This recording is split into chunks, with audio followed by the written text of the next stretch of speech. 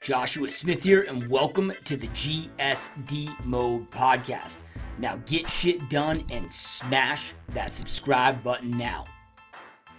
What is up, my peeps? Joshua Smith here with another GSD Mode Podcast interview, where every single week I interview top real estate professionals, top entrepreneurs, and strip top badasses that are dominating their spaces. They're people choosing to not live a life of mediocrity, but instead to go out there, create big, amazing, epic lives for themselves, for their families, as well as have a big impact on others. And today, guys, I got two badass guests here on the show that are absolutely getting shit done in their real estate business. So these guys are top team leaders in Denver, Colorado. Now check this out, man. In their first year in real estate teaming up together, they were in the top 1% of all agents within Berkshire-Hathaway. So in the top 1% of one of the biggest brokerages on the planet. And these guys continue to grow, continue to expand, even though they've only been in the business for a few short years. They've already built this exceptional team, they teamed up, so two team leaders. They got 10 agents on their team. And what's really unique, you guys, and what I know that you are going to love about this interview is how they done it, how they built their business. Look, they didn't want to do what everybody else did, man. They didn't want to go out there and have to buy leads and cold call and door knock and do open houses. So they came up with some other extremely effective strategies and just absolutely crushed it. One of our guests, Will, he said this off air, didn't say this on the actual podcast itself. Maybe he did. Maybe I missed that. But in his first 2 months, he had already put 5 deals under contract with these strategies that they're going to walk through with you, their networking strategies, and they go also really in depth, man. We spent a lot of time in this interview talking about their YouTube channel. Now, these guys have only been at their YouTube channel for about 3 months, at least as of the time of us recording this podcast. And they're crushing it. 5 to 6 lead calls, calling them each and every day after only 3 months of hitting YouTube. And they're publishing 2 videos a week and hitting it hard and share the strategies. There's a lot that goes into it. It's not just about putting out good content. There's other strategies that go into it to ensure that you're able to go out there and crush it with your video marketing. So really stoked and honored to have Will Grimes and Eli Schmidt on the podcast. And again, I know you guys are going to love this. Now, real quick, before we jump in, make sure if you haven't already to snag my new 100% free book, Dominate Your Real Estate Business Top Tips from a Top Producer. I just published this book. It's 100% free. It's actually a digital download, so you can download it right now and start reading it right now. There's nothing being sold in this book. There's no fluff. There's no BS. Not trying to sell you anything here, just giving you top tips, top methods, top strategies that have helped me over my 15-year-long career become one of the top agents on the planet, as well as one of the top team leaders in the country and on the planet. And going through, again, top methods and strategies. And you guys, I'm not about fluff, man. There's no fluff in here. There's no stories. I get right to the point and give you, again, extremely effective tips that will absolutely help you dominate your real estate business. So you got nothing to lose. Go out there, snag your copy right now. JoshuaSmithFreebook.com. JoshuaSmithFreebook.com. All right, let's jump into this epic interview. You guys' minds will be blown. All right, Will and Eli, welcome to the show, my friends. What's going on, man? Thank you. Yeah, no, I'm stoked to have you guys on, man. You guys are freaking crushing it, dude, in a lot of different ways, on a lot of different levels, man. And so I'm really stoked to just dive in deep and pick your brains and for all of us to be able to learn from you guys. But before we get into all the crazy, amazing things that you guys are up to today, I'm always intrigued in our guest journeys that led them here in the first place. But with you guys, because also, having the team and the partnership, just if each of you can take a moment and just share what you did before real estate, what led you to this industry, and then also, man, really interested in how the partnership came about. Yeah. I want to kick it over to Will, but he's a tough act to follow, man. He's a lot better looking, so I guess I'll start it off. We'll make people wait for this guy. Yeah, man, kind of a long history. Played a little bit of pro baseball. And long story short on that, man, I had a buddy of mine who had gone to the Marine Corps as I was going into junior college and going from that path prior to getting picked up. And he passed away on his first deployment. So I decided to leave baseball and just wasn't ready for the business side of it, man. I was good at playing baseball and hanging out with my friends, and had no idea. And yeah, man, that hurt me a bit. I felt like I had something to prove, and I definitely had some challenges ahead of me. I'd never really tried that hard at baseball, but my dad was in the Marine Corps back in Vietnam, and my grandpa. And so when that happened, it affected me. Decided to just try to be bigger than myself. And for some reason, man, I still try to tap into it, but that was the decision I made. So, went off to the Marine Corps, and, was in the Marine Corps infantry for a long time, and got attached to Special Operations Command for a while, and did some great things there. Finished my career in the Marine Corps as the counter sniper instructor for division schools for the 1st Marine Division. And then, after that, did some government contract work, for lack of a more romantic statement, I guess. And then, from there, came back home and became a police officer here in Colorado, and was doing that for a while, and just kind of got done running and gunning after a while. And the police world, nothing against it, right? Definitely during these times with riots and different things, nothing bad to say about it. I had just been running and gunning for so long, I felt like there was just more to maybe, just doing something bigger, and I kind of saw my future in that world. And I had a buddy starting a fitness company. It was like a GNC, brick and mortar supplement stores, and we did meal plans and different stuff. And he knew how passionate I was about fitness for the mental side, and what that did for me just day to day or in between deployments, and just keeping my mental correct. And so I went there and was number 2 in that company. I had no idea why he gave me that title. But I was able to share my stories of being a Marine and different stuff, and how fitness really just incorporates who you are and how it makes you a better person overall. Josh, I'm sure you could speak to a ton to that, right? So I had fun there. We went from 2 to 14 stores in 2 years and millions in sales, and we crushed. And at that point, I kind of wanted something for myself, and decided to expand. And my wife thought, of all things, real estate. I don't know where. I literally just laughed and was like, do you even know me? Do you even know what you got yourself into?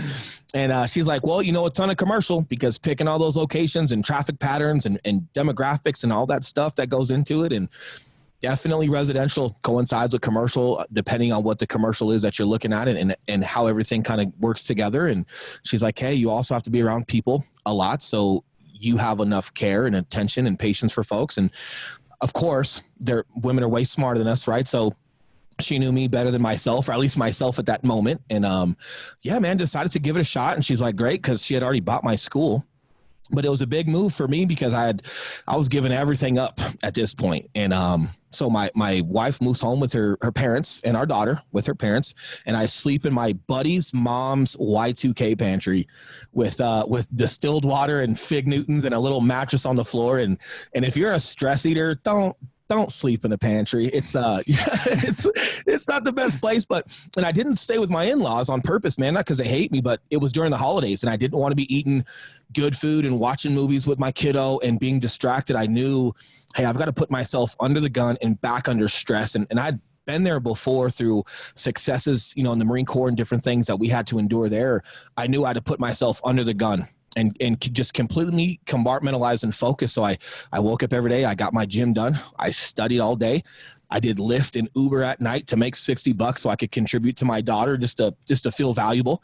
And right before I got licensed, I reached out to Eli. He was also in the fitness community. Didn't really know him, but we knew we had a ton of mutual friends through social media. And we were doing, when I was with that fitness company, we sponsored a ton of events. And so we knew each other, just not personally. And I reached out and said, hey, man, here's what I'm doing. I'm looking at getting my license. I'm going to test out in a couple of weeks. And he gave me a couple pointers and didn't take me too serious, because how many people out there say they're going to get licensed and they don't.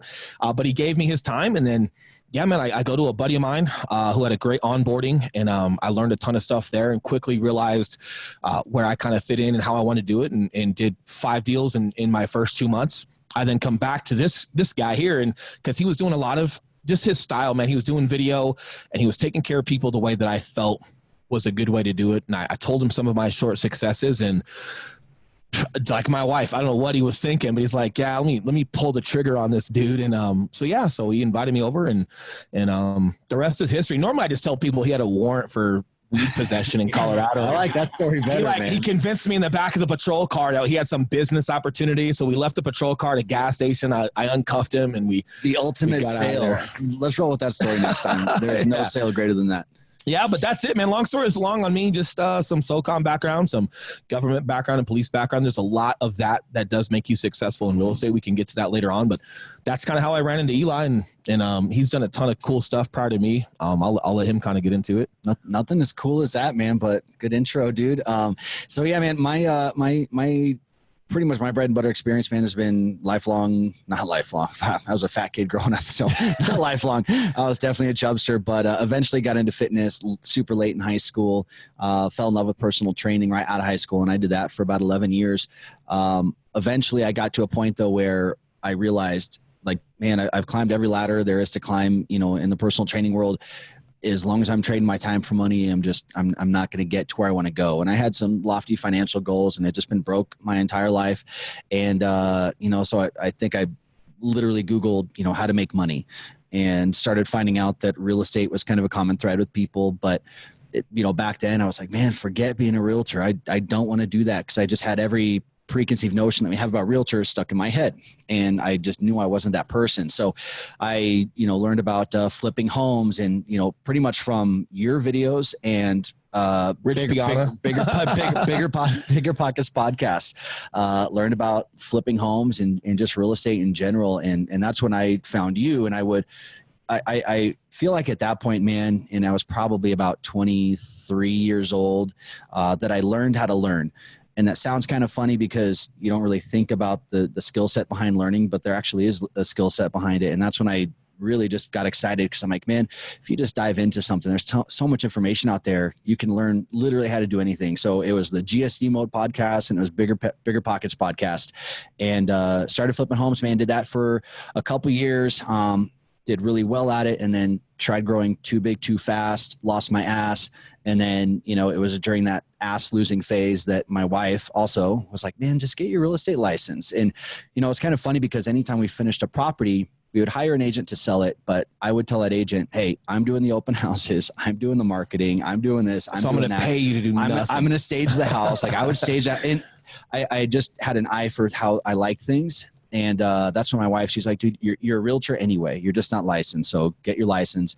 So I did. And that's when, him and I ended up meeting up. And man, it was probably our second day working together, Will and I, when I heard him on the phone talking to a lender on a deal. And as far as I know, he was a brand new agent. But I was like, man, where'd you learn how to talk like that? Like, something's not normal there. And man, probably 2 weeks after that, we're in business together, and we're growing a team and just crushing.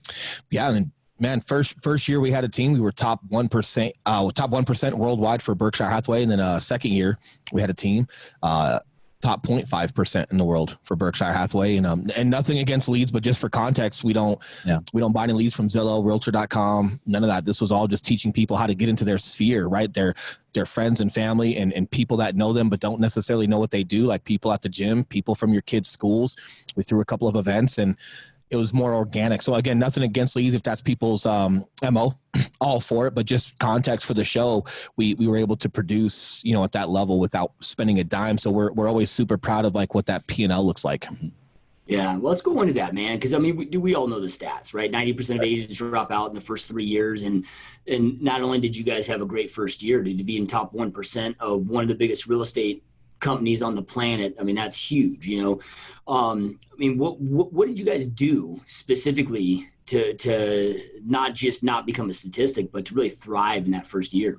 Yeah. First things first, right, was training, just making sure. And this is big. This kind of falls back on the Marine Corps and some of that SOCOM experience, man, and just how much we consider ourselves professionals and just subject matter experts at gunfighting, and I wish I could make it more romantic, but that's what it is, right? And that's what it needs to be, because stakes there are super high, and people can get hurt or killed, or you can get hurt or killed, or even worse, right? Like, what can happen to America if we're not good at what we do? And I've always carried that kind of mentality, but it's not what you think as far as like Marine Corps boot camp and yelling at people. It's not that. It's leadership, and it's being a practitioner, right? It's leading from the front. And so first things first, man, with our agents is we were with them 3 times a week minimum. And that's not even including the phone calls. And it was the energy that had to go into making them proficient at contracts, making them proficient at negotiations, making them proficient at relationships, and understanding the ideology behind what goes into a deal. And then we started getting them out there, like within their communities. We were throwing events. We were having some agents do some things at their kids' schools. We taught them how to just talk and convert real conversations. For example, right, Josh, like if you and I run into each other at the gym, typical, right, is, hey, man, how you doing? Oh, trying to get big like you. Oh, no, bro, trying to get big like you. Oh, right? Like, that's the gym talk. And it goes nowhere, and nobody knows you're in real estate. But you see each other every day. And it's weird if you just ask them, like, Josh, I see you in here at 9 a.m. every morning, man. What kind of work do you do that lets you work out at 9 a.m.? And you tell me, like, oh, man, I'm a roofer. You know, I do this and that, and my mornings are kind of slow or whatever. Like, oh, cool, man. Hey, I'm in real estate. You know, we've got a real estate team, and, man, we're looking for a good roofer. We should grab some coffee sometime. And, I'd love to hear more about your business and how we can help. And, man, my first year, I did 7 deals alone from conversations at the gym and just being direct. So a lot of what we did behind the education was also just teaching them how to be intentional with the relationships around them. And we called that our outbound, people that know you, but don't necessarily know what you do. So co-parents at schools, or people from the gym or coffee shop or places that you're regular, just being intentional with those relationships. We also love outbound because you don't have to harass them. If I see Josh, at the gym 4 times a week, I don't need to hard press you, man. Like, you're going to see me. And if I answer a couple of questions for you and I don't press you, sometimes that less is more, and the relationship also matters. So we taught them how to just be intentional with conversation. And then we started teaching them the process of how important a buyer presentation is, and when you're first meeting up, or a listing presentation, and really prepping them for what's to come, right? Because everyone knows this is one of the most stressful times people have in their life, and it's the most expensive sells and buys of their life. And they're super excited. But if you take them out to go look at houses and you haven't prepped them for what their role is, when they're looking at houses, they're going to keep telling you what's wrong with the house and how much they're willing to pay for it. And that's not their role, but you haven't given them a role, right? And so, for example, when we get to that phase in a buyer presentation, whether they're selling or buying or just buying, it's, hey, when we finally are done looking online and we found a handful of homes we want to go look at, hey, your role right now is to fall in love with that home for whatever reason it is, a business decision, or if this is your forever home, whatever that is. The one thing your lender and your brokers and inspectors and appraisers cannot do is pick and make the decision that that's the right home that we want to go after. And it's super important for them to feel that, because we don't want to submit an offer and then they're looking at 4 other homes the next day and they're texting it because they want to see more, but we've got an offer in, right? Then we haven't set precedents there. And then everyone gets super nervous during inspections. Have you prepped them for inspections? Do they understand, going under contract? And they get excited, but then they're stressed. And, hey, do you realize you're not married to the home? If it is what they say it is, and if it's worth what they say it's worth, hey, then we have a deal. But these things are going to happen in the interim before you actually close, and just prepping them, man. And it just comes back to police work. It comes back to someone gets in a car accident, right? And I'm first on scene, and I'm going to go up and introduce myself and, hey, Eli, hey, I'm Officer Grimes. Can you hear me? Are you doing okay? And do you have any pain? And like, yeah, my leg. And like, hey, listen, it's actually a great thing that you can feel your leg. Great news, right? And hey, here's the next process. Here's what's going to happen. And then I got to explain the jaws of life. And man, these things are loud and they're ugly and they're big. But hey, it's not because your neck's broke. We just got to be safe and make sure that we get you out of this car without causing more damage. And hey, here's what a neck brace is for. Really calming your nerves, because it's unknown to you and you're scared and you're nervous and you have no idea the noise behind you and what the jaws of life is and why would something be used for that. And maybe I even go in the ambulance with you. And I take a ride with you in the hospital, and I just make sure that I try to calm your nerves and just ease as much stress as possible and prep you for, hey, now we're going to do this. Hey, here's what that shot's for. Hey, here's why we're going to this hospital, not that hospital. And just prepping you for what's to come. Man, it's the same thing in real estate. It's not sales, man. It's relationships, right? So instead of me trying to figure out how I can fit real estate and wearing the tie, and I got a funny story behind the ties. Remind me to tell you that. But instead of me trying to fit into real estate, how did real estate fit me? What are my qualities that make me good at this job? And it was those. So we started teaching a lot of that. But then we also started helping these folks on our team figure out their strengths. And a lot of them were moms. Dude, you know what good moms are? They got tools for days. They just never understood how to utilize those tools and how they apply to the professional world. And once we started tapping them into their strengths and how to prep clients for battle per se, our team and ourselves, man, we averaged 3-4 referrals, closed referrals per client. So a lot of where we just started taking off hand over fist was, some of our agents getting their first couple clients, or when I was getting my first couple clients, I've got some clients, man, that have given me 7 people. Closed, not just their emails and phone numbers. We're talking closed numbers. And it was everything in the experience. And then we started figuring out, you know what, man, like it's not as hard to get a lead as people think. Everyone's chasing leads, whether it's Zillow or your Sphere, whatever it is. People think finding a client is the hardest thing. Not true. You not messing that up, or you not having such a stressful up and down process, and you riding the emotions of your clients and not advising properly. Even if you get the closing, it's just ugly. It's like a Baltimore Ravens win. Like, yeah, you won, but golly, that was terrible, right? Like if you have that, those people don't want to buy or sell ever again, nor do they want to refer you. Even if they don't dislike you, they're not necessarily in a place where they want to refer you, versus if you prep them and that process just goes so well for them, and you've got good resources for inspectors and lenders, and everybody's on the same page with the level of care you need to give someone. I promise you, referrals come from that. And literally that's how we went from being a brand new team and Eli crushing our own numbers and our own referrals to teaching those agents that process, and then supervising that process for them and having their back if they needed us to do something. And then our team started having the same reciprocate of numbers that we were doing. And before you know it, you're in the top 1% and you haven't bought a lead. Well, and real quick, just to elaborate on something that he mentioned there that I want to touch on a little more that I think your listeners and viewers would like, man.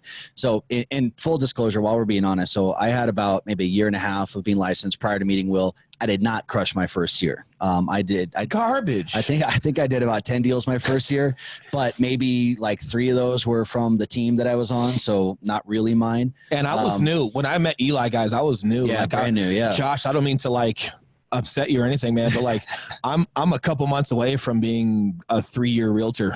Yeah. So, so when we first got together, one thing I noticed that Will was really, really good at doing was, like he mentioned, the outbound. And what we mean by that is, directly nurturing relationships that you already have, like on Facebook. So for example, you put a post up, 58 people like the post, right? Most people are just looking at that 58 saying, hey, cool.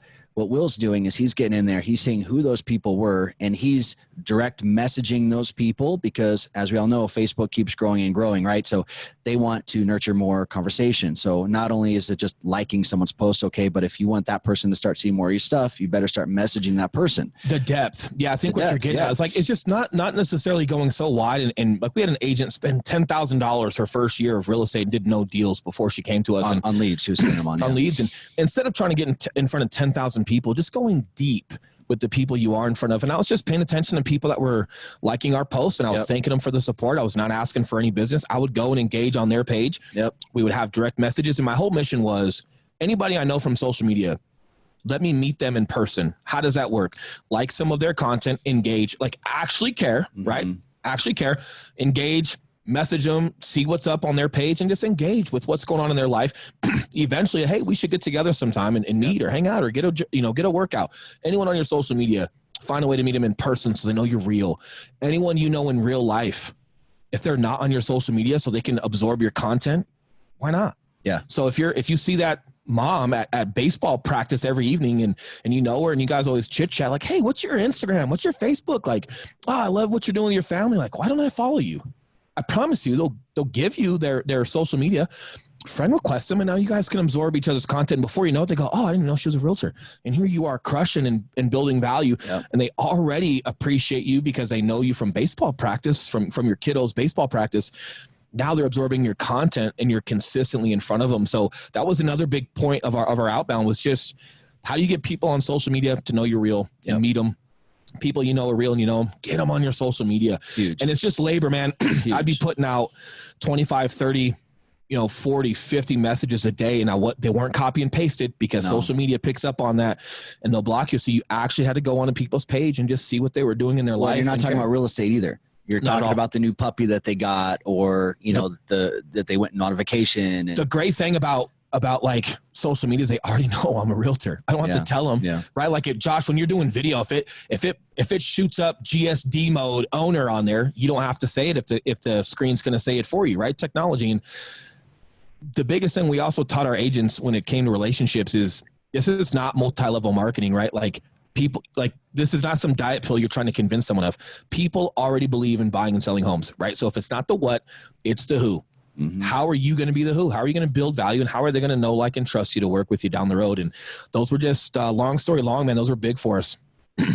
Yeah, love it, dude. And something that you guys said, man, I wanted to just go a little bit deeper on, because I think a lot of people have a tough time with this because we're our own biggest personal critics, you know. And dude, I have times where I'm sitting there. Recently, wrote my first book, you know, right? And wow. You know, but when I started writing a book, and it's about real estate, how to dominate your real estate business. But when I started writing, I'm like, who wants to read shit that I have to say? You know, like I was doubting myself, and I had, you know, friends, you know, and people were like, what are you talking about? Yeah. Expertise. But even though I have the expertise, I have a sometimes identifying my own strengths. And you guys talked about identifying your strengths and how you helped your teammates identify their strengths. So for somebody listening to this, man, what are some maybe recommendations to help them tap into their own personal strengths? Call Will. Hey, I'll be honest with you, man. Like we worked our team, like we were around them. We were team owners that were not just there to hand you leads and meet with you once a week.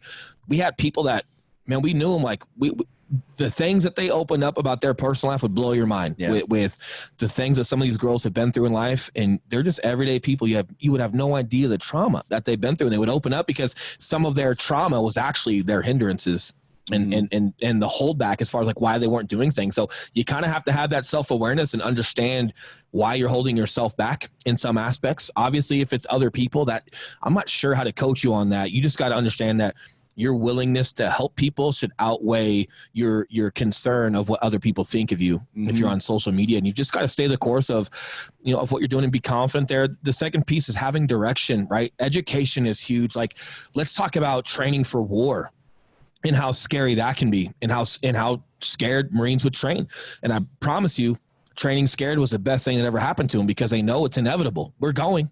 It's not if, it's when, right? So Marines were asking so many questions, and they want to be as prepared as possible because they don't want to be over there having something happen, wishing they would have trained harder. And then the reciprocate to that, leaders of the Marine Corps wanted to make sure they were prepared and their subordinates were as prepared as possible, so they never had to look themselves in the mirror as a leader and worry about anybody hurt or passed away because of their lack of proficiency, right? So how that correlates to real estate is education and mentorship in leadership is huge, because if you're just on social media and doing videos with no direction, or you're out talking to people and you're not really dialed in and there's no direction, it's hard to stay confident in yourself, especially if you're new at it. But if you've got the right type of mentorship that's holding you accountable, but also a practitioner in what they talk about and helping you along the way in real time, helping you with some of those obstacles, it's a lot easier to be exposed to that. It's a lot easier to stay committed when someone's in your corner, right? Yeah. So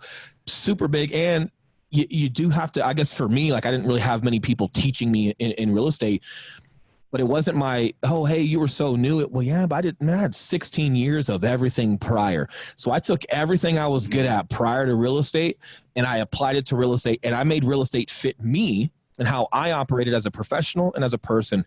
And I just suggest the same thing. If you don't have that type of leadership right now, is you got to figure out, especially if you're a mom or whatever you are out there, figure out what you've been doing your entire life and what makes you tick and what you're good at. And then how does that apply to real estate? And more importantly, right, how does that apply to relationships? Yeah. And I think real estate is especially difficult because, man, there's so many different ways to go about this business. There are so many ways to generate leads and talk to people and get closings and do all that stuff that there's a lot of people giving one option or one way that maybe they've done it. Maybe your team leader has, awesome at farming, right? Farming works. We all know that. But if you're just not the type of person that should be knocking on a damn door, or if you're just terrible at doing open houses, or you're terrible on the phone, there's plenty of other things that you're probably really good at. And that's one of the problems is when you have poor leadership, they just know one way. And that's how they did it. Right. Is it poor leadership, or is it you just not being resourceful enough to find the right leader? There you right. Go. Because I'm not going to teach you golf, even though I can crush some other things, because I suck at golf. And part of my ego doesn't want to play golf because then I'm admitting I'm over baseball and I'm an old man now, right? Even though that's not true. That's my stupid ego.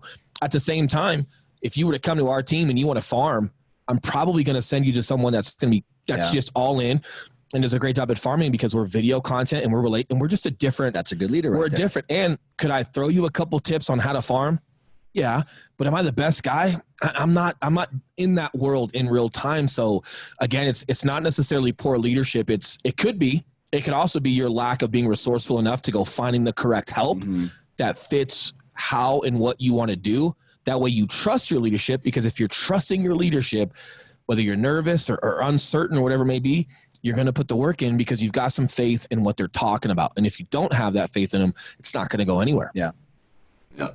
Yeah, love it, man. And I love you guys' how intentional you are with when it comes to being a professional of taking care of your clients and looking out for their best interests. If you look at our industry as a whole, it's like everything is, how do I generate this lead? How do I, right? Like there's very little training and or real estate agents that are really investing the time to make sure that it's a great client experience. I think that's time and money, man. Part of our industry, but it's like shit. You go on Facebook, all you see is ads for how to do more leads, how to do this, right? Yeah. But it's never, how do you look out for your client's best interest? Man, when shit hits the fan, him and I, we would give up every dime of our commission to make right on a deal and make sure that that seller can sell and our buyer can buy.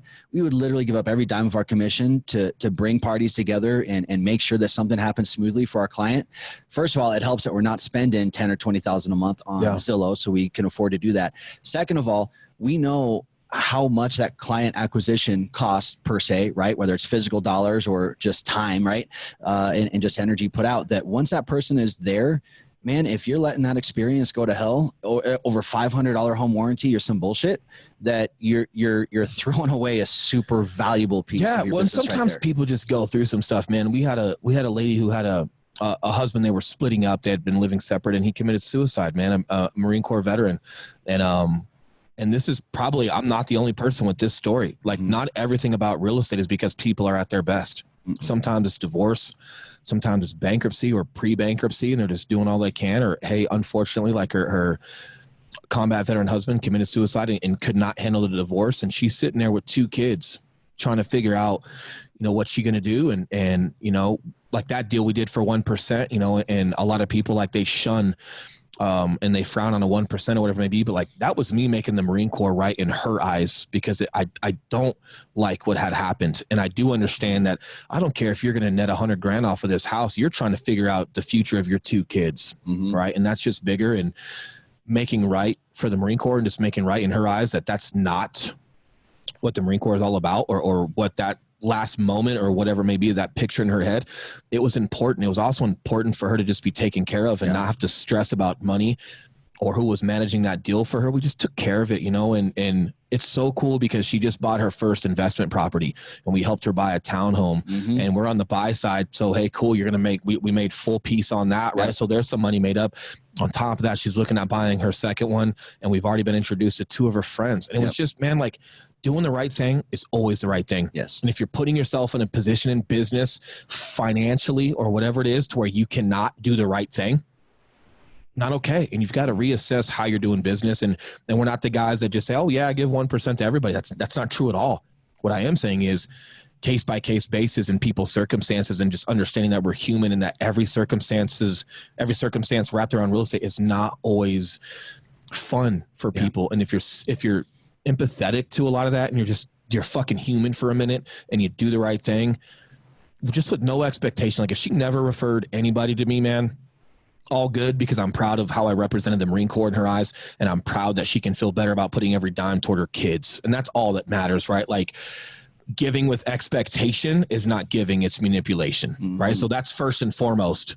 But when it is reciprocated and someone does appreciate it and they do reward you with something in the future, it does feel good about what you do. And it does feel good that people sign off on you. And this is where my Marine Corps and my police background of serving people, man, this is where it just jazzes me up. And I still get like that fix per se, right? Like, I still get the same passion and the same drive of like helping people here as I did anywhere else with any other career that I had. And I promise you, man, like, that, no matter what you do, like, that is super important. That giving piece and being human, it's the most important piece, So probably one of the biggest takeaways I think people could have, with all that.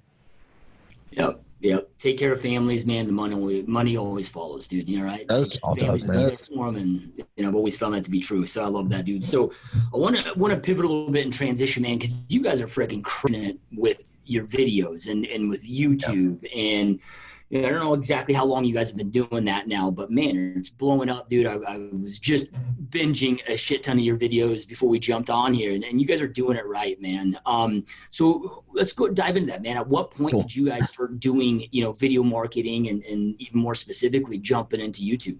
Yeah. So I'll give some context and I'll let him kind of hit the back end with all the smart guy stuff. We started out, man, when we first became a partnership, it was one Facebook Live video every Friday. Mm-hmm. And it wasn't necessarily always real estate, but real estate was in it because that was our job. But it was just, hey, what's working and not working this week for us in business and life? We were both married. We're idiots. So we're figuring that out. We were both having kids at the same time. We're idiots. So we're trying to figure that out. Man, we were just talking about that and like, hey, and then people had a lot of questions like, oh, now that you knuckleheads aren't in the gym all day with your other careers, how are you staying fit? How are you eating right now that you have a real job? We talk about that. And obviously real estate was involved because, well, yeah, some of it just about our week. We were talking about real estate in addition to who we were as people. And that took off. That helped us really boil down and dial in some of our own awareness of what we were as a brand, how we were helping people. That grew into getting invited onto some podcasts. Real Estate Rockstars was one of them, correct? Yep. With Greg McDaniels. And then we started seeing that. And then I had enough time of like, hey, what is my background? Real Estate Uncensored. Real Estate Uncensored. I'm sorry. Yeah. How does my background apply to real estate? And what have I done this past year, to grow business or help, people? And how does my Marine Corps, police resume apply to business and real estate? And after doing that once a week, every Friday, we now had enough to do a podcast where we felt comfortable that, hey, once a week or twice a week, we could come out with long form content and really get into leadership and mentorship and taking care of clients and what mattered. And so then we started doing that. And that really helped us because you could just organize a ton there and let people kind of hear it. And then from there, we got more used to actually doing some video at scale. And after that, that's when we started tapping in. We met a gentleman. That's when we started tapping into our YouTube side. And that's really cool because, it's all organic, but we literally just run algorithms to figure out what are people searching in regards to Denver, Colorado, or just Colorado in regards to real estate. We start making titles that fit, that are strong phrases for titles that fit what people are searching. And we just start making the content and we show it. We don't try to be perfect and we get out there into Denver and we show everybody what we're doing. But just to give context for everybody out there, if they haven't done all of this, I promise you, just doing one video a week on your Facebook and talking about what's working and not working and how you're managing being a mom or a dad and doing real estate. Holy cow. One, does your audience love that? First of all. Secondly, it allows you some practice before maybe you get old, before you graduate into some of these other avenues. That's a really good tip, man. And I think an issue that a lot of people face when they're starting off and, they have a draw towards video, but maybe they're a little timid or not so comfortable on camera. I think one of the best tips that Will just gave is talk about shit that you're already going through. Talk about things that you could talk about forever. Like for us, it was fitness. It was being dads. It was having babies on the way. We could literally talk about that stuff all day long. So we never had to sit there and think, what can we talk about real estate today? It's always in real time. Should we talk about the market stats? Should we talk about interest rates? Shit that nobody coincidentally actually wants to hear about. Again, they know you're a realtor. Yeah. But that was such a good way just to get you to loosen up. Well, do they know you? Camera, do they know you? Josh, right. Excuse me if I call you. Is it okay to call you Josh, by the way? Yeah, cool. Dude, we dig you. Yeah. That's why we listen to your hours and hours of content. That's super long form because of who the person is behind the content, right? And that's always going to come first, who you are. And if people enjoy you or feel like that they can trust you, that's got to come first before anybody ever watches your content, which is why that's so important on your social media. Man, and really to that point, dude, the reason I bought your course, the reason I was a follower of yours for years was because you wore a backwards hat and you had tattoos and you also badass, bro. And you also run a big ass real estate team, man. And that was, when my wife was telling me that I didn't have to be the traditional realtor, you're the dude that I thought of when I'm like, you know what? Yeah, Josh is crushing. And Josh is Josh. You know, you're not fitting this box that, you know, everyone else is trying to fit into. So I think, man, you're just such a good testimony for people when it's like, man, if you're not being yourself, you're missing out on a huge part of people that would love who you really are. Yeah. Maybe you're going to turn someone off who doesn't like tattoos, but do you want to be doing business with that person anyway? Probably not. I don't. Yeah. Yeah. 100%. Yeah. Yeah. Well, and watching your videos, you know, I mean, you guys are casual in the videos, you know, right? I was watching one about like, does it matter if it's north facing, south facing? If it's facing, you're going to get a shit ton of snow in the front yard. And, you know, you have ways of incorporating your personalities, but still being highly professional, you know, right? And obviously you're getting a lot of business, you know, from this. So when it comes to, if we dive into YouTube specifically, because what I've learned and more so recently is, dude, it's a different beast, man. You know, it's one thing of pumping out content on Facebook or Instagram or whatever, but YouTube, and it seems like in the last really 12 months, I don't know the time frame, but so it's also, I don't want to say more challenging to scare anybody away, but it's more important than ever before to really know what you're doing, to have a strategy and a plan.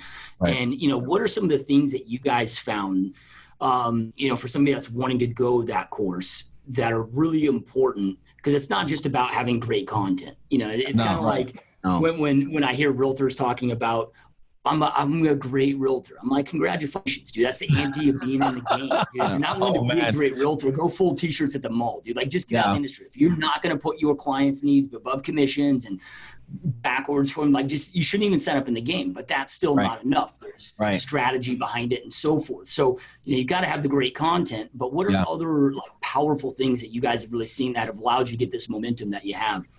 Yeah. So the content is huge, right? So just the research behind the algorithms and figuring out what are people searching for Denver, Colorado, and maybe it's cost of living.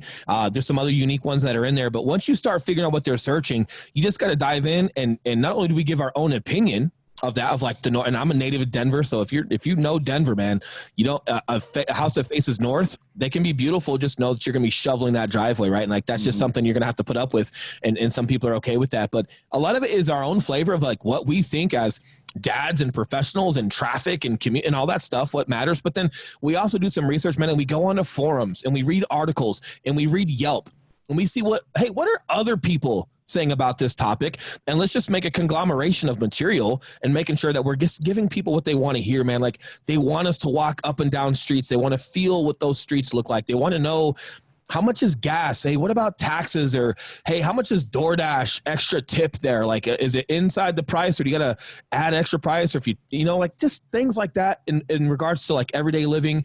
And then you also got to be specific to where you're filming. So like when we did City Park, you got to consider the type of people that live over there, what the park provides, what's surrounding it. But then, hey, if you don't want to live right by it, could you live somewhere else and still commute, and what that looks like? And it's just this unromantic, bare-boned, hey, what's going to matter and not matter to you every single day when you're living here? And then, yeah, we have opinions. Just some things I'm just not going to like. Or the other day we're at City Park and these ducks, I promise you, they were drag racing. Yeah. Whatever.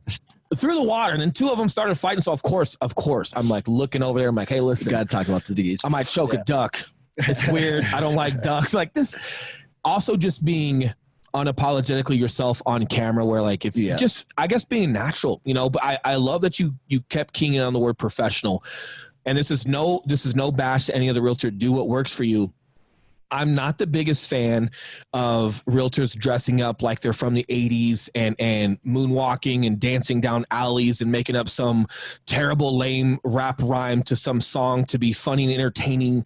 And that's your real estate video to market to people. Hey, listen, this is the most expensive purchase or sell of their life. Why you dancing around like Usher makes people want to buy from you, or why you're trying to force being funny, versus, hey, please be somewhat serious and professional and have a ton of knowledge behind what you're talking about, but then just be yourself while you're doing it. If you don't care for something, say that. Or if something's difficult, say that. Or if a restaurant wasn't very good, say that. Or, hey, if traffic is heavy, don't be afraid to say those things. Not everybody's going to shy away from moving there just because of traffic. But I think the biggest piece is being yourself and being entertaining, however that looks like. But then on top of it, you just really have to be a professional, and you do have to know the process and what you're talking about and be able to deliver that education while still having them engage with your content. So all of that stuff there is a must, and it's first for sure. Now, some technical tips for people on how to get your videos found and how to actually convert YouTube videos into business. A good tool that I really like that I recommend a lot of people check out, it's like $10 a month maybe for like the premier version, is called TubeBuddy. And that's an extension that you can put on Google Chrome. Tube, T-U-B-E, TubeBuddy. And what that does... It's like a fleshlight, but it's TubeBuddy. Jesus Christ. John, I don't know what he's... Listen, dude, I told you smart guy stuff. I am not accountable for anything that he keeps saying. This is going to be our first sponsorship here. Oh, man. So it's not a fleshlight, but definitely check out TubeBuddy. And that basically... Buddy, like YouTube Buddy. Yeah. So that gives you insight into the back end of YouTube. And essentially, you can go in there and you can type in keywords or phrases, and it will tell you how often that search term is searched within YouTube, but then most importantly, how competitive is it? And what you're looking for a combination of a lot of search volume, but not a whole lot of competition. Because let's say a ton of people are searching for how to get six-pack abs. Well, guess what? There's also a lot of videos on how to get six-pack abs. So you're probably not going to rank for that. But if you can find some video on how to get better serratus muscles or something, there might be a good amount of search for that, but maybe not a lot of competition. So now you can make a video on that and get searched. Yeah, that's a huge part of it. Cost of living in any major city right now is searched a ton. Yeah. And there's very little competition to that. And the other piece too, man, is a lot of realtors, like, even if they've done one or two videos like on YouTube, they're just not being consistent. And I think that's just going to be a word that we haven't spoken about quite yet, but it's like that underlying factor with being professional. Part of being professional is you just got to get dialed and be consistent. Like when I talked about that Facebook video once a week, every Friday, we did that every Friday for a year. There was no going back it was every Friday for a year without report, period. No excuse. And then on top of that, now that we're doing a ton of YouTube, man, when you got clients and you're growing and you're expanding, you got a ton of work to do.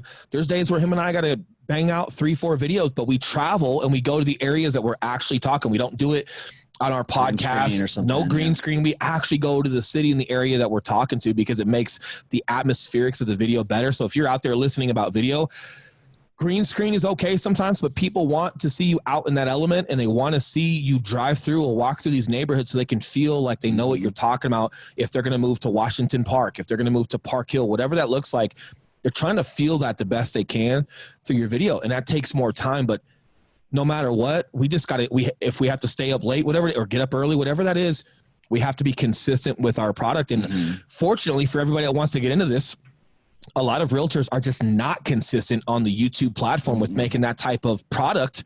And it's great for everyone out there that wants to attack it, because you might be behind for a little while compared to somebody else's video. It's not going to take long when people start clicking on yours and then they start watching your other videos. And before you know it, YouTube just recommends your channel, and you're going to go from 37 views to 500 to 4,000. And you're going to go from, I swear 2 weeks ago, we were at 200 subscribers. Now we're at almost 500.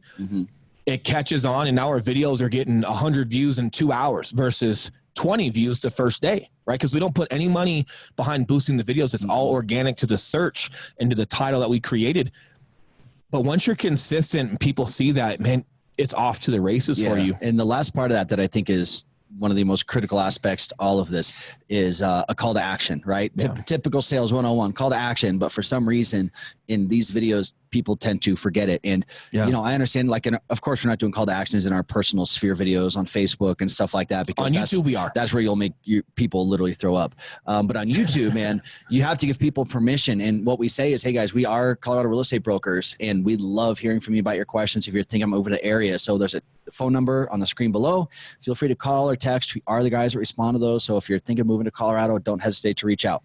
And as much as we love making these videos, we would love more to help you with your real estate needs. So again, if you guys have any questions, please, we are the ones that respond to those text messages, and we are the ones that answer that phone call. So I urge you, if you guys have anything that you need, please hit us up. Hey, but without further ado, here's the 5 things you need to know about Park Hill. And then we roll right into it. But we have that number pop up, and then it pops up at the end of the video as well. And it's just very natural. Hey, we're also licensed brokers. If you guys have any specific questions, especially toward Colorado, that number below, please call, please text. We do answer and respond to those. We would love to help you just as much as we love making these videos. That being said, here's the 3 things you need to know about Denver. Boom. And you roll right into it. But now they have a number And dude, I promise you, we're getting 5-6 calls a day right now. For real. And I answer it, and I'm like, and I have it programmed in my phone. It says YouTube, so I know somebody from YouTube calling, right? And hello, like, hey, I was just watching this video, like, it was on cost of living in Denver. I'm like, yeah, hey man, I'm the more tattooed, better looking one. What's up, man? How can I, like,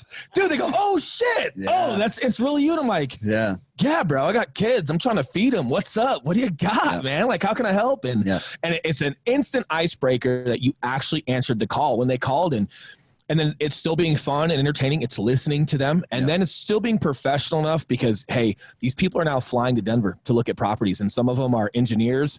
Some of them we think are related to the mafia out in New York. And they're coming here and mattress money and yada, yada. Hey, they're taking you serious. So the other piece of this is like, yes, be fun, be entertaining, but listen, be professional, because people are actually spending their own money to fly to Denver to start looking at properties, and they're trusting you to do it. And it's phenomenal. But definitely being the ones, as we expand and we have other agents help with some of the showing homes and things like that, him and I still answering those text messages and phone calls and being a practitioner and doing the work.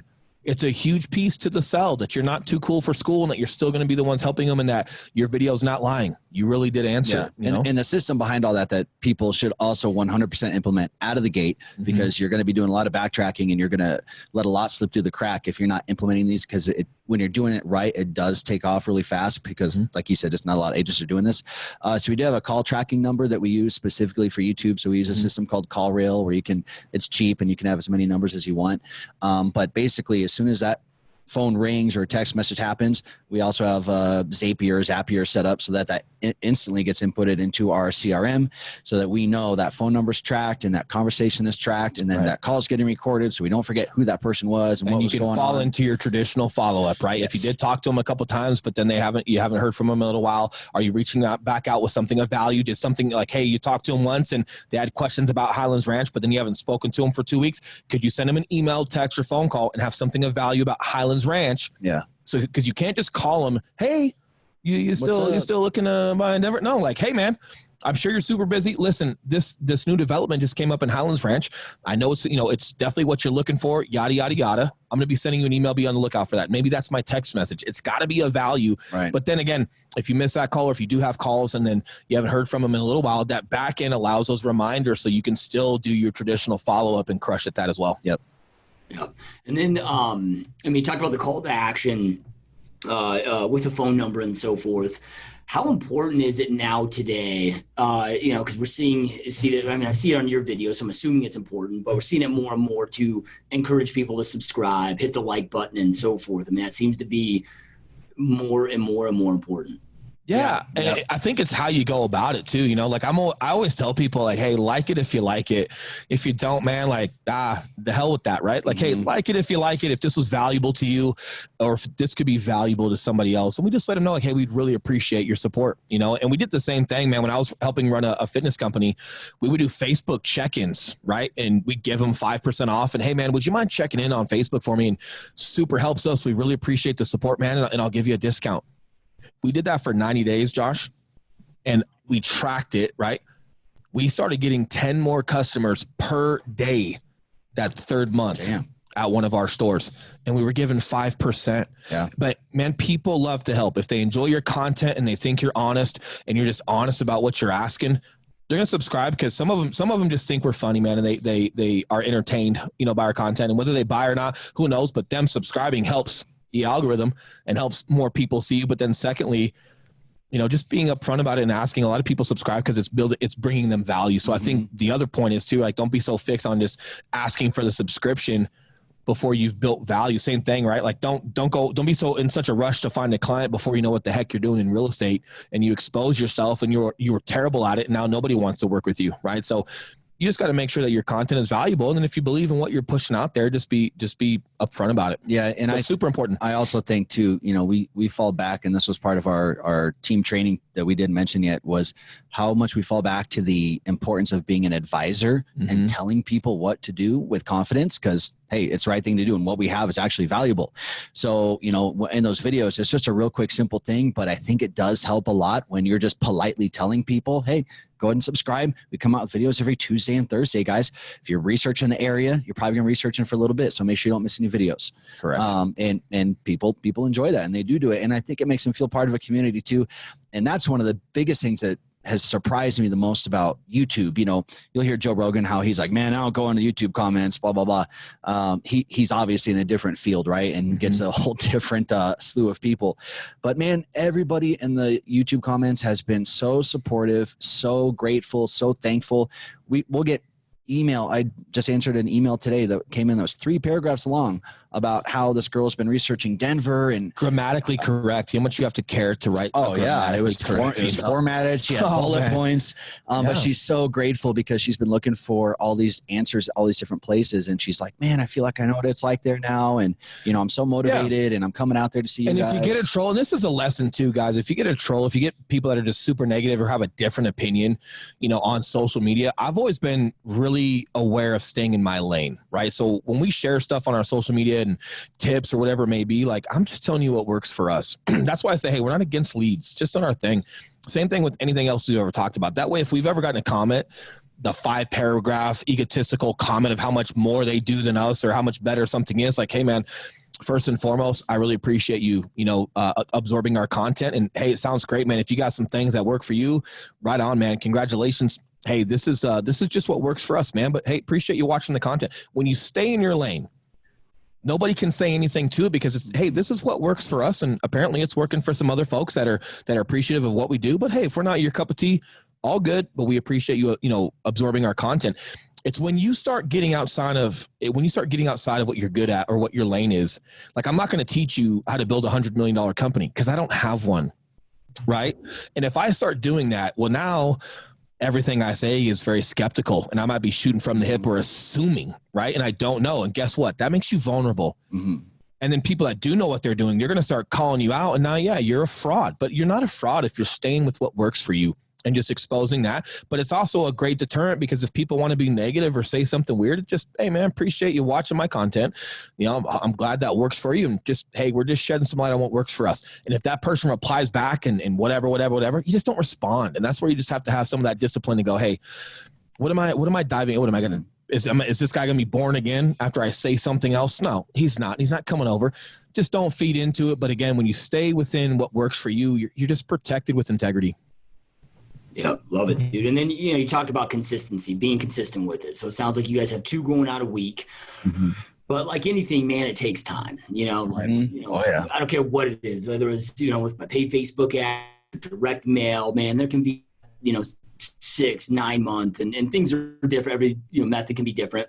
But we got to make sure that we're giving things enough time. I mean, how long was it of you guys releasing consistent content before you started to see this coming from it? It was about a month.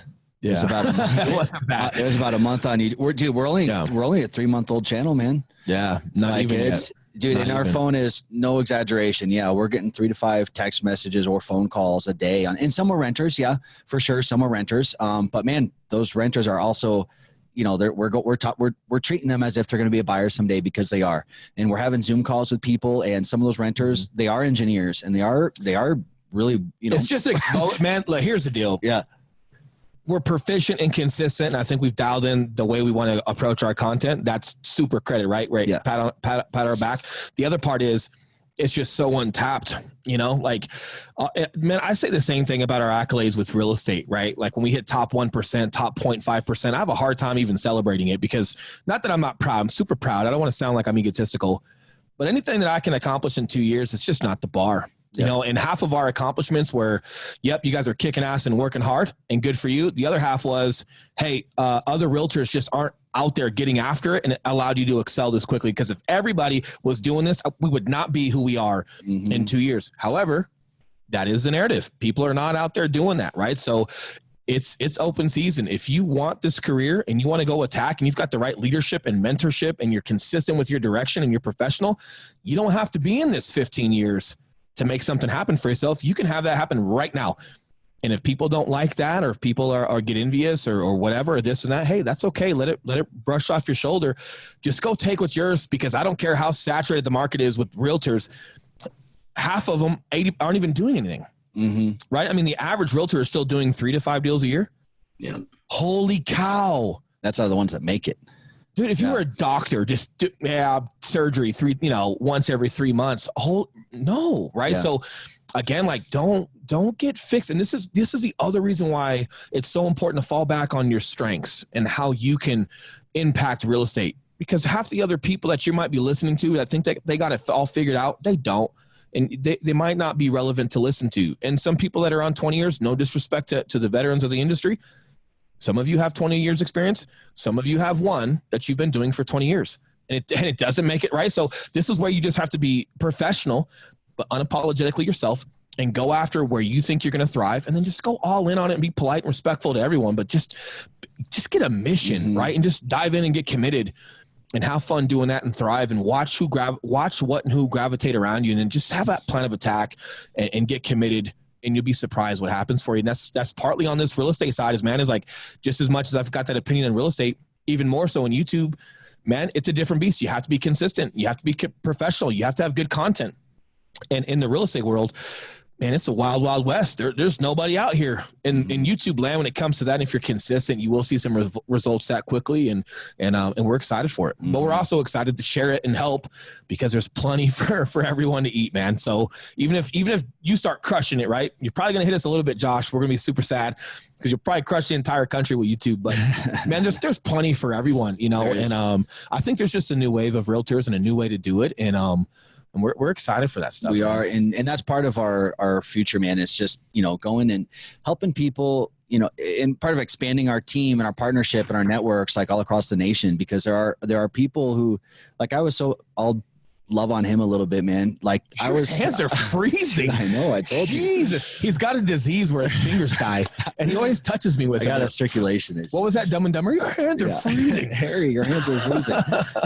But man, everyone needs a Will in their life, dude. When I met him, man, he was exactly like, I literally had prayed. I didn't know I was praying for him, but I was praying for him. He was a sinner. Someone, so the devil sent me to. Yeah, I needed this angel over here. But no, man, someone who it's like, this guy cares about people like no one you've ever met, but he also holds people accountable like no one you've ever met before. And he's mastered that balance of like, man, I want to, you want to perform for him, and it's like when he's talking to you and he's bringing things out of you and strengths that you didn't know you had, but then he's getting to you to articulate, kind of what those are, and having tougher conversations, that are tougher, productive conversations. Tougher, productive. Yeah. And I don't mean like scolding or anything like that. I just mean like diving deeper and asking you why on questions that you've never been asked why before, and forcing you to articulate your thoughts in a certain way. There's something really special to that, and the accountability that's behind all that. And then what comes along with that is this desire to not only perform for yourself, but to actually like prove to yourself that you're this person that, this guy thinks you can be. So part of my thing is like, man, we just getting nationwide exposure. That's when I was like super motivated to start the podcast, because I'm like, man, the guys that have had the experiences that you've had and can also articulate the way that you can is extremely rare. And I'm like, we need to go bigger than Colorado, man, because there's a lot of people in this world, particularly in this industry, that freaking need a guy like you. And I'm like, we got to be bigger than just our 10-person team at Berkshire-Hathaway. There's got to be a way to get more people around you, because people really need some help. So, part of what we're really excited for is just, expanding nationwide, man, especially with the YouTube thing, being able to coordinate and collaborate with other agents and teams in different markets. We've got the systems in place where we can do the SEO, we can do the channel setup, we can do all that stuff, and help collaborate with other people to, man, just help them go through all the cool shit that we've been going through the past couple of years. Yeah, absolutely, man. Like, anybody listening, if there's any contact information that Josh leaves out for us, we're an open book. So if there's any way that, if our information is on there for them to reach out, great. I don't even mind giving my personal phone number out. We're definitely an open book with all this. Yeah. Yeah, 100%. Anybody that's watching and listening, if you just scroll below, we'll make sure that we have all you guys' contact information, links to your YouTube channels, podcast, all of that. So all that will be below regardless of where you guys are at. So, in regards to the podcast, because I see behind you, Day $1 $1. Tell us what that's all about, dude. Day $1 0. It's even worse. I can see Day $1. I can't see what I was buying. I couldn't really make it. Yeah, man. So this is just, it was in real time. So when I walked away from that fitness company, I didn't have my own Instagram because I was running their Instagram. So I started my own Instagram from zero, and I got on there and just did a video and explained to everybody what I was doing. And I did not want to wait to be successful before I documented what I was doing. So if you go to Will_Grimes and you scroll down, you're going to watch me doing Lyft in my $150,000 stupid car. And you're watching me like on the grind, in real time. And I started a hashtag because I'm not that cool. No one had ever used it. Right. So it's like, it's not a compliment, but I hashtag day one $0 because it was literally my day one and my $0 in real estate. And that was important to me to document, not only for my, for fans or for people that can help, something that we very rarely like think about, man, is our kiddos, and man, how cool it would be like if, my dad passes away and I can go watch all of his old content, or my grandpa that was a part of World War II and Silver Star, Bronze Star, and just a good dude. Imagine if I could go watch his podcast or his Instagram. We have that now for our children and for our grandchildren. And one day when we're not here, imagine how your kids can just go absorb your content and enjoy it. And if they miss you, if they have a question and you're gone, like they can go resource that. So that's a passion of mine too, is just my family and my kids and my grandkids. I get to see that one day and laugh at grandpa, or hopefully think I was pretty cool, or I can brag about being on Joshua Smith's podcast and they think I'm full of shit. I'm like, bullshit. There it is. Right. What's up? Yeah. What's up? And just show that. But for the title day one $0, it was literal, right? It was my literal day one $0 came from a hashtag. And then the other approach to that is, and when we have guests on, we talk about it. Hey, cool. What was your literal day one $0? What was your rock bottom, or however you want to say it? But then how are you still approaching every day like it's your day one $0? And it's really cool. It's a good play for the from where things started to where things are at now. And it just creates a great dialogue. And I'm sure with your story, man, like your literal day one $0 to where you're at now, and how you are still attacking through GSD mode every day. Like it's still that, man. I'm sure you can already imagine all the layers that come with those conversations and how beneficial it is for an audience to hear some of that stuff. That day one $0 mentality aspect of it, that one's huge for me. And that's a good reminder for me every day. When it comes to nutrition and exercise, man, like I think there's something really important to just understanding that you blink and you're fat again. You blink and you're staying up late and you can't sleep and your I haven't blinked all podcast. Your relationships are falling asleep, falling apart. But unless you treat every day like you could lose it in a second, because you freaking can, man. Look at COVID, dude. You go in January and you tell anyone what was going to happen to their business in 3 months. They would have laughed in your face. You blink and it can go away. So unless you're treating every day like it's day one $0, and that means your relationships, your partnerships, kissing your children goodbye and spending time with your children, and your business, not getting too fancy. Could we spend this money on this software, or is there some software that's almost as good that costs 1/10 as much, right? It's like once you start making that money too, hey guys, how do we still treat this business like it's day one $0? Because I could have said this and it would have sounded cliche last year, but now people really understand what I'm saying.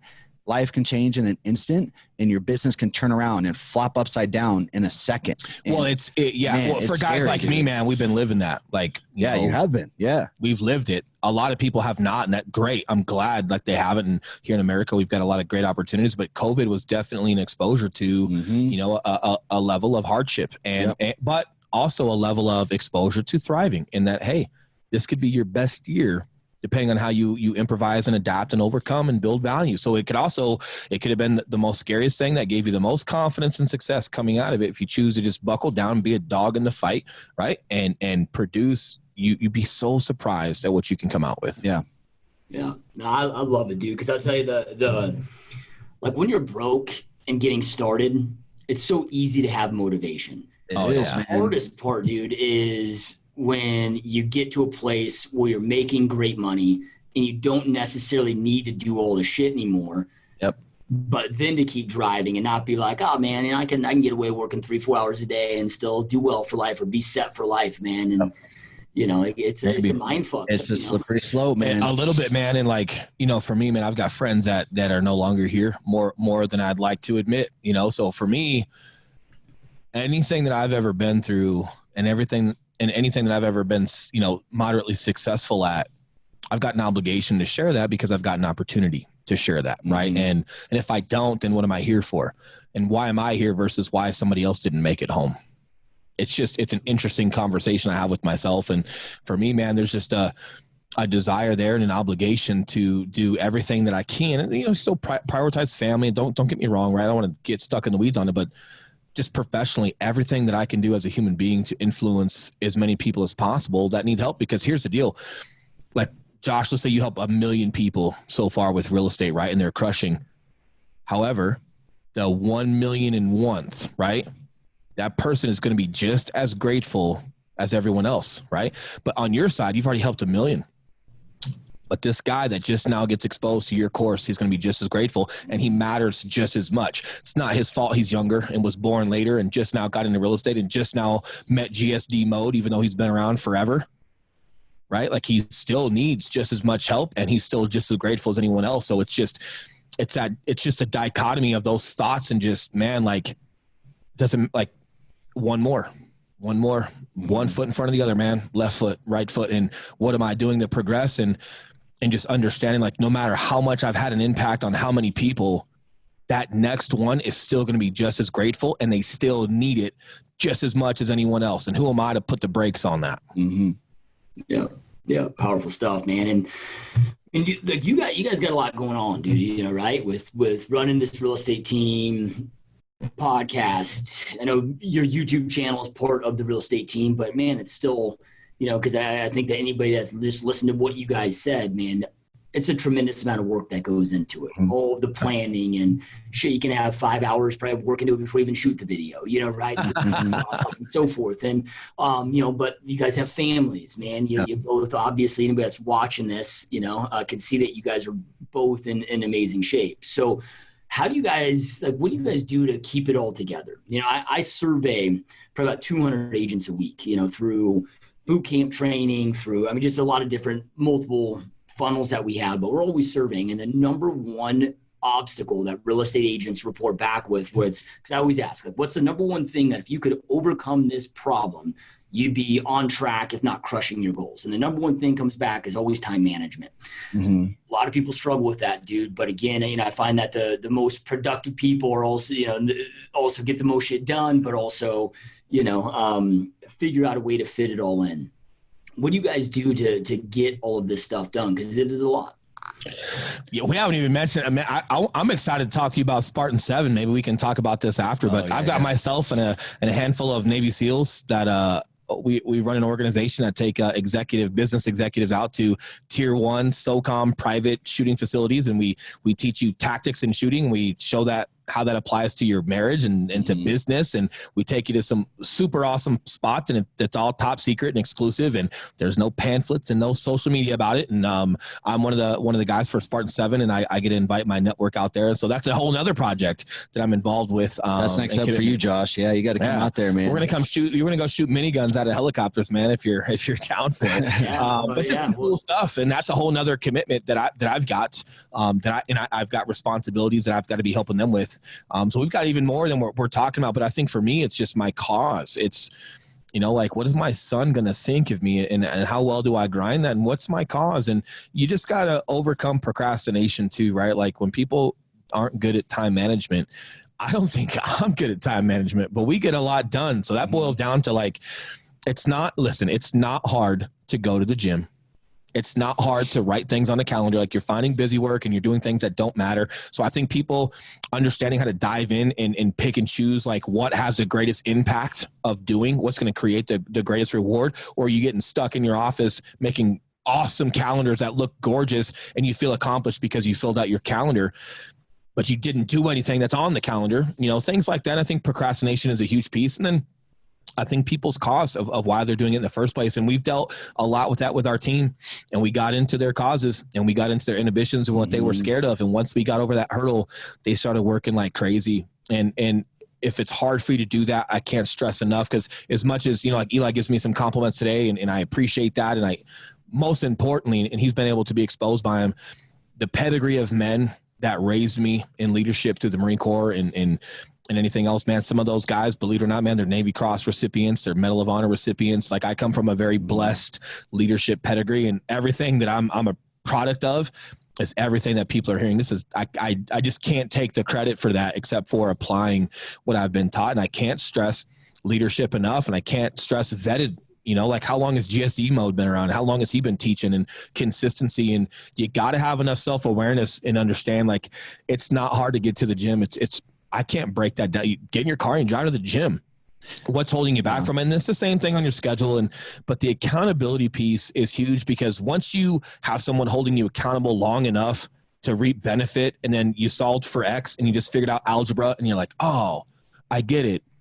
Now you're onto it, but you've just got to really understand, like, why you're doing it in the first place, what your cause is, and then how are you going to hold yourself accountable, or what's the team around you that's keeping you accountable? Man, and I think people don't necessarily have a time management problem, because everyone finds time to do the shit they want to do, which is usually just look at your fucking phone. Mm-hmm. And I think people have a passion and an excitement problem. And for me, I'm selfish with business, selfish in the sense that I have to have fun in what I'm doing. I'm at a point now where it's like, man, I've done enough shit work to where whatever I'm doing, I have to make it fun. So yeah, bro, I'm not cold calling for 4 hours. That ain't happening. I'm not.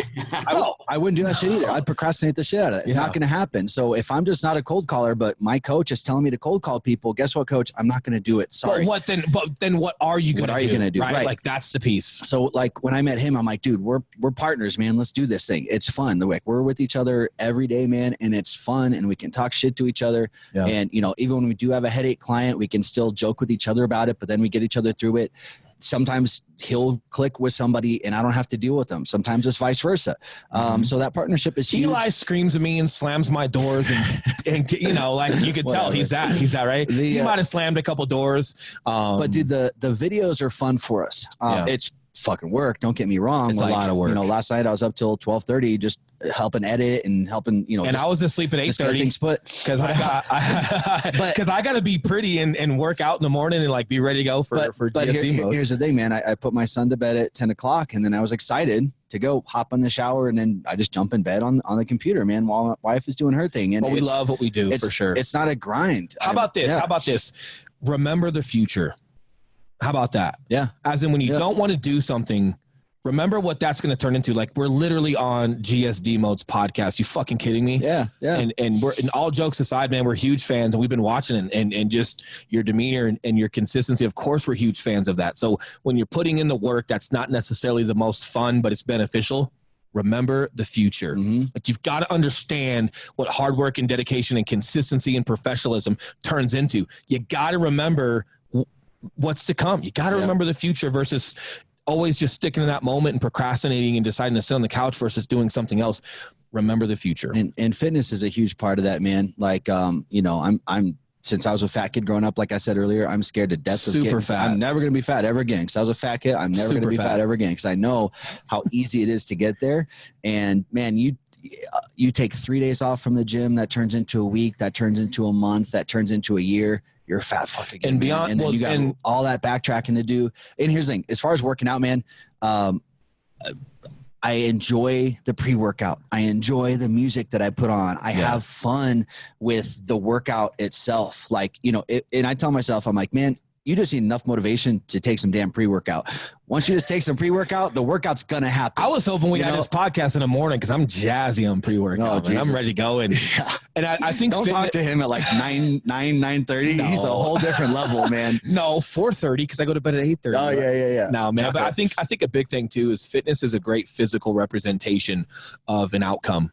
Right. So, you know, if you're working hard and you're eating right and you're putting in the work, you're going to look a certain way. If you stop doing that and you give yourself outs and you stop working out and you allow that slip, and then you allow that slip to be acceptable to yourself, you gaining fat or being weak is going to be the physical representation. It's going to be the physical of mentally where you just let yourself slip. Now in business and stuff, you don't necessarily have something that great because all of your paychecks or lack thereof, right? Or business growth or lack thereof is kind of hypothetical because there's no guarantee in business, right? And people, when they don't do the work, they don't necessarily correlate it to I'm fat now because I didn't work out. Like, that one's easy to see. But if you go about your fitness from that mental approach and you understand that your body is just a representation of the work you're either doing or not doing, try to correlate that into how you approach business and life and marriage and family, and just understand that if you start slacking there and that's okay for you, like you let that slip happen, like where's your standard going to be a year from now? And you're not going to see it as clear as you see your body fat. Yeah. But it's definitely relatable. Yep.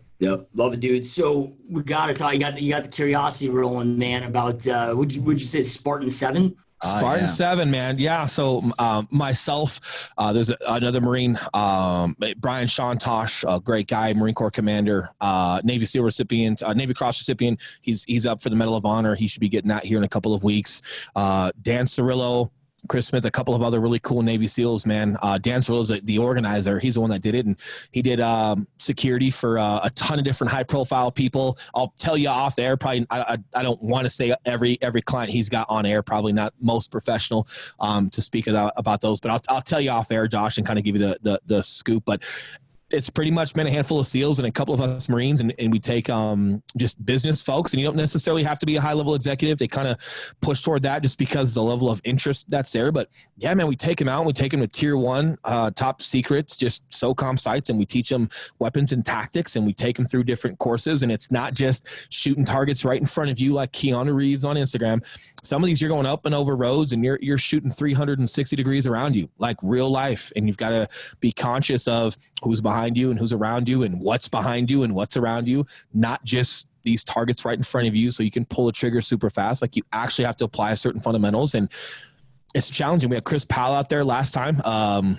The Biggest Loser guy. What's his show? Ultimate Extreme Makeover Weight Loss Edition. Yeah, Chris Powell, super stud, man. And dude's breathing heavy after just a couple of minutes because of the adrenaline and having to think. But we love, one, showing you guys our world and how we prepared, right? But we also love correlating that to your business, to your marriage, to your friendships, and just how lessons learned here and this training apply to your life. And it's fun, and it gives the civilian sector a different look at what all we did and how fun that is. And it's just, man, it's just way cooler than golf too. I'm going to put it to you that way. Since I suck at golf, this is a great alternative. And it's just fun to take guys out, and, when you're at these facilities, you're not really on your phone, and you can't take pictures of it, man. Like, some of them are that secret where you can't even disclose where you're at, but that also allows you to just detach for the day, right? Mm-hmm. And then, when we get back to the hotel, check in with your family and whatever. But when you're out there and you're paying attention and you're shooting and you're not consumed with media or anything else, and you're just in those moments, man, like it's really productive for a lot of guys, and we love doing it, man. Man, and as a civilian, I can speak to the other civilians out there. There is something so special about putting yourself around these high level, high caliber elite forces type of guys. They're just a complete different breed that you don't see in day-to-day life. And unless you're in it, it's hard to find those guys. It's hard to put yourself around those people. And that's one reason I think Jocko is so popular nowadays, is because a guy like him is just so few and far between. A guy like Will is just so few and far between that any exposure you can get to those guys, you never know what you're going to pick up. It might be a sentence. It might even be a facial expression or something, but it literally is life-changing, man. And from going to that event and just seeing the camaraderie between these elite level guys and the amount of respect that they have, and how, all the different people that are coming there, some are famous, some are millionaires, some are nobody, but you're going to these events, you're somebody, but no one cares, man. It doesn't matter. They're like, these guys have been exposed to so many just life and death things that are bigger than all of us and bigger than them, and that's why it's just something, man. It's there's so many like intangibles that happen at an event like that as a civilian, you look around and, I was in tears, man, over the camaraderie.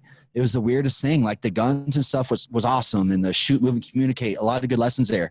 But I literally was crying on the last day just from seeing the camaraderie between these guys and having that desire and just seeing what level you could feel for another male.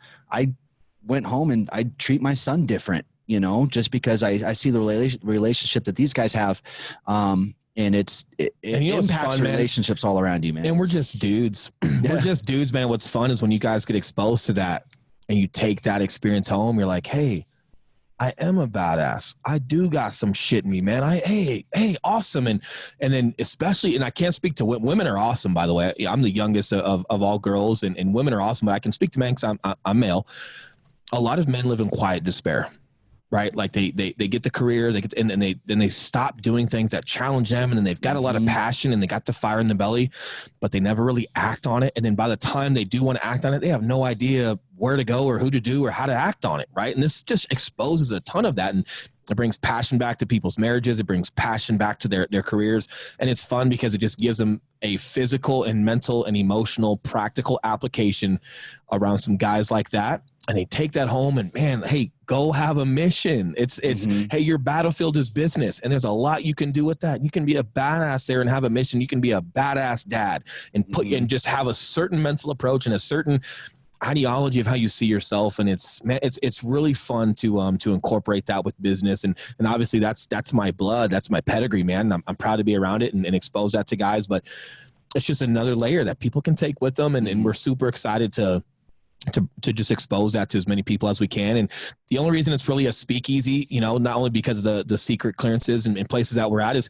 the guy that originated it, super well-known SEAL, he just doesn't want to have a bunch of D-bags there. It's like, hey, just come here for the right reasons. We don't care how much you're worth or this or that. So the successful piece is more about just being a good dude and being there for the right reasons versus if we were to throw that out on social media, right? Anybody with a couple bucks that can afford it, they're coming, but now they're wanting to put it on social media. They don't understand why they're there. And it just dilutes the entire thing. And obviously guys that are doing this for a reason, man, like they've put a lot of heart and soul and time into the military and deployments. This is their baby, and they want it to be treated as such. And guys that are there for the right reasons, you don't want them losing the experience because silly people are there. But it's been great. And Eli, he went last time and him and I got to shoot together and he didn't shoot me. So I was crying. So I was so happy he didn't shoot me in my ass, man. I was super happy. But man, we do stuff like that. One of the guys, Brian Shantosh, he does a lot of them just do ultra stuff, the Badwater 240s, the 500-mile Amazon race. And he puts on diesel days. So he puts on 24-hour physical endurance challenges. And Eli did one with me last month. And it's 24 hours in Boulder, Colorado. And you have some physical challenge to accomplish 24 hours, nonstop, no sleep, no break. If you need recovery, it's on the move. If you need food, it's on the move. And instead of doing like a 4-hour, 3-hour marathon, we went 24 hours of physical endurance. And that's cool because now you've got these fitness adventures that some of these guys do that we're exposed to. And it takes you through a euphoric experience with some pain. Yeah, it's euphoric. There's pain in there. But man, I'll tell you what, when you watch people leave that, how much they grow and just how well that they feel about themselves that they were able to accomplish it.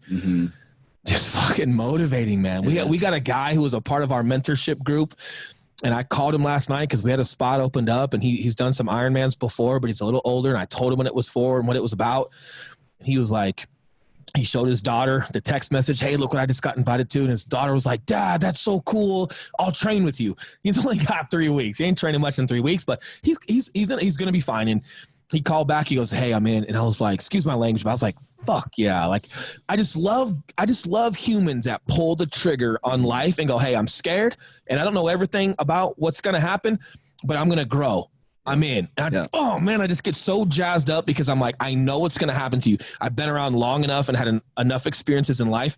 When you just take charge like that and you put yourself around good people and you trust the process and you just pull the trigger on it, man, I know what's going to come out of the other side. No matter how hard it is for you to get through, I know what's going to come out the other side of that. And I get so jazzed, and the more people that we can expose to the real estate stuff, to anything else that we're doing and just help them grow as humans. Look, man, the home sales, they're going to come. It's a domino effect. It's all going to come. It's more so about just growing humans and creating thinkers and folks that take those experiences, and you just get jazzed. You get jazzed. And that's just, I think that's a lot of like how we can still fit it on our schedule is we're just passionate about what we do. And the more people that are infected by that, the better. Yeah. How often do you guys do these? All the time. Dude, they run events all year long, and it's different things too. It's not always shooting. Like next month, they're doing like skydiving. You want to do a diesel day? Like, you can come diesel day. Yeah. You can come to a 24-hour event right now. I'll sign you up for September. Come on up, man. Come on up. Yeah, come out for September, man. I promise you, it's not about being the most physically fit person. It's about whatever you can physically do. Do 100% of that for 24 hours. So if you can't do something, there's variations. So if you're at a push-up station, you can get on your knees and do push-ups. If you're unable to do real push-ups, and I don't want to give it all away, but there's hikes and different stuff that you do. But It's just about doing all you can. Even if all you can do right now is just hike the trail, just hike. It's okay. But it's about enduring all you can. Not me, not some endurance athlete, not some crazy physical athlete, what you can endure, and then not stopping for 24 hours, because you're going to grow just as much as anyone else if you're putting your 100% forward. And it's fun, but he does those, man, at least once a quarter, once every other month. And then as far as Spartan 7 goes with those events, man, we're going to start kicking that thing up to sometimes, some of them might be twice a month. But right now we're looking at doing one a month from fourth quarter through 2021. Yeah. That's badass, man. Yeah. That's badass, dude. And we're gonna have links again for everybody that's watching this below. But you know, we've talked about a lot, dude. But just in case somebody's driving right now and so forth, if somebody's watching and listening to this, man, which I know everybody will want to, but continue to follow you guys, continue to see all the amazing things that you guys are up to. I know you're putting out so much content between your YouTube, podcast, and so forth. Like, is there a best place for people to go out there and follow you and continue to watch you guys crush it? Yeah. So for me personally, my Instagram is Will_Grimes, Grimes. If you message me there, it is me. I run my own account. So if you have any questions for me, or you want to link up and chit chat or whatever it may be, Will_Grimes is a great place for myself. I'm just Will Grimes on Facebook, no underscore. You can find me there as well, but I'm pretty active on Instagram as far as conversations and linking up. And then our real estate channel, Living in Denver, Colorado. If you search up Living in Denver, Colorado, click channels. When you search, you'll find our channel. Also on YouTube, you can find Day $1 podcast. We're more primarily, like, we put our videos there. We don't optimize them much. We don't do anything on YouTube for our at podcast all. We just right put now. the video there. Yeah. But on iTunes, Spotify, Google Play, we're pretty big there. We've got a ton of downloads there, all 50 states, other countries. Pretty cool. If you just search Day $1 podcast on and it is one spelled out, Oweni. Yep. And then for both of us, I would say if you guys are on Facebook, again, our personal Facebook is fine, but Mile High Property Bros, BROS on Facebook, that comes to both of us. So if you are wanting to get in touch with us, or, you know, find out about starting your own YouTube channel, or talk about, you know, just whatever, or you just want to talk to Will and get fucking pumped up for the day, Mile High Property Bros on Facebook. Yeah. Awesome, dude. And again, you guys are watching, listening, wherever you're at, just scroll below. We'll have all the contact information, links, everything that we talked about today below. One last question for you guys, and you know, feel free to, you can answer this together or each separately. Sure. But I always ask this at the end, man. If each of you could go back, Will and Eli today, and have a conversation with a younger version of yourself, let's just say when you first entered this industry, knowing everything you know now today, and you could give yourself 2 pieces of advice that you feel would have just fast forwarded this success trajectory. I know you guys have accomplished so much in this short window, but if there were 2 pieces of advice that you could give yourself, what would those look like? Again, knowing what you know now today. Go for it. No, man, I've been taking the mic the whole time. Okay. Man, I would say 2 things. Have fun and trust your intuition. I think a lot of this stuff was intuitive for me. I just didn't trust myself enough to follow my intuition. I looked for the shiny objects. I'm a researcher. I like figuring shit out and trying different things.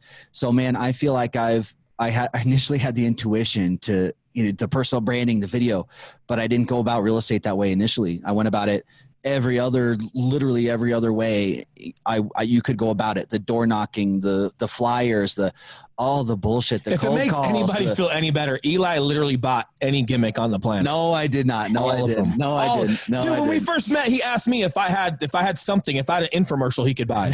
No, he even asked me for one, man. No.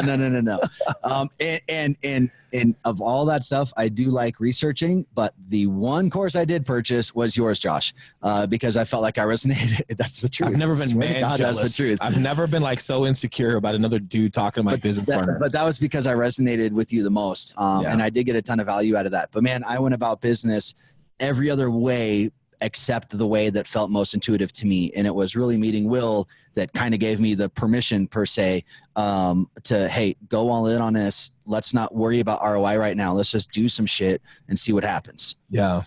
Yeah. For me, I don't know, man. That's a hard question for me in my past with just all my experiences. And I try to just, the one thing I do try to be in the moment with is, as much as I want to, who am I going to be at 45? I don't know. It's who I am today, and just being the best version of myself now. I know I'm going to grow into who I'm going to be at 45. So it's hard to understand like what you're going to look back at, but I'd probably just tell myself, man, just do it right. That's what my dad told me when I left for boot camp. And I was 04 to 2012, Bubba. And it was, you know, we had 2 foreign wars going on at that time. And it was not a fun time for my parents, especially my mom. I'm the only boy. And I decided to leave. And, you know, my dad just said, do it right. And I felt like I did. You know, but there were some things like in high school, I wasn't a terrible kid, but I could have given some other things more effort. And I think it's just that the Marine Corps was the first time I felt some weight on my shoulders, like something just really mattered. And I just really wanted to just do well and test myself. I didn't even know how to swim until boot camp. And I never shot a rifle until boot camp, and look at the success I had with that once I got good at it and got neurotic about it. And those were great lessons for me. And that was the first time in my life I'd actually just dedicated an enormous neurotic amount of effort and attention and obsession toward a craft. I got really fucking good at it. And it was really important to be really good at it. So I think if I could say something to my younger self prior to then, it'd be understanding the weight and the responsibility behind and the impact behind what you can create for yourself and for others, the influence you're going to have on others when you just dig deep and you do it right. Yeah, powerful stuff. And man, dude, I know we went long on time, and I know how busy you guys both are, but dude, it truly means a lot for you guys to take time out of your busy day to be here, man. This has been a hell of a lot of fun and a huge honor. So just want to say thank you guys so much for being here, man. It's been a great time. And those watching and listening, as always, we truly appreciate all your support. Thank you so much for watching. We'll see you next time. Peace. Thank you. Right on, guys. Hope you enjoyed this GSD Mode podcast episode. Now make sure you get shit done and smash that subscribe button now.